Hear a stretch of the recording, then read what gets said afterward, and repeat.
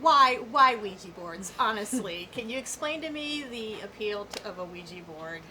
Like as a kid, did you say, or did you say?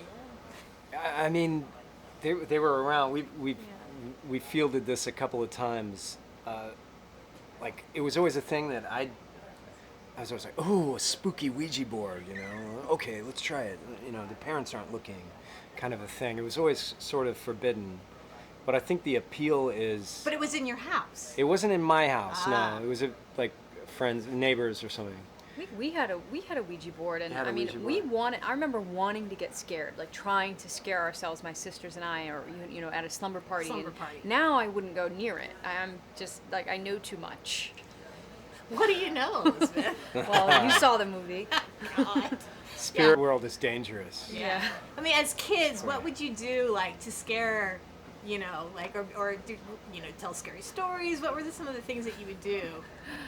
Oh, Come on. I did the meanest things to my little sister. Please I would tell her that there was an intruder in the house, and that someone was coming to kill us, and I would tell her, I'd be babysitting her and tell her there was someone coming to kill us and make her hide, and then she'd be in a closet for 6 hours and no one would be able to find her.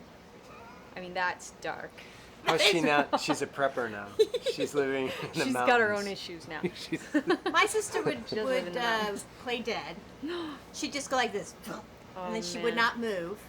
And I'd go, I'm going to go tell Mr. Goebbels next door, and she's babysitting me, right? I'm going to go, and I'd go outside, and I'd shut the door, and I'd look in, and she's still like, no. Mean. Like sisters and your mean. neighbor was named Mr. Goebbels. I know, that's what I was. Mr. Goebbels. Wow.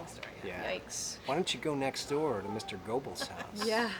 He was kind of a nice guy, but yeah, it was weird. I wanted to ask about the medium stuff, the psychic stuff. Have you ever had an experience? I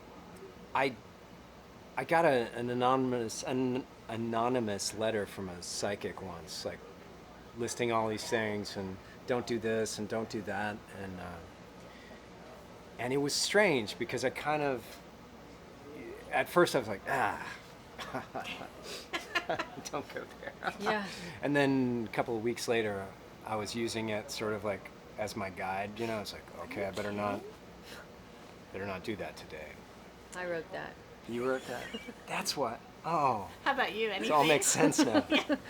I have been to psychics, but I'm too suggestible. It's that same thing of if you tell me, you're the guy that you're with is evil, then it could be I could end the relationship, and I can't chance that. I remember actually going to one, and she told me at the time that my boyfriend was a terrible, angry person, and that the other guy that was my ex-boyfriend was also terrible, and you know what, she was right.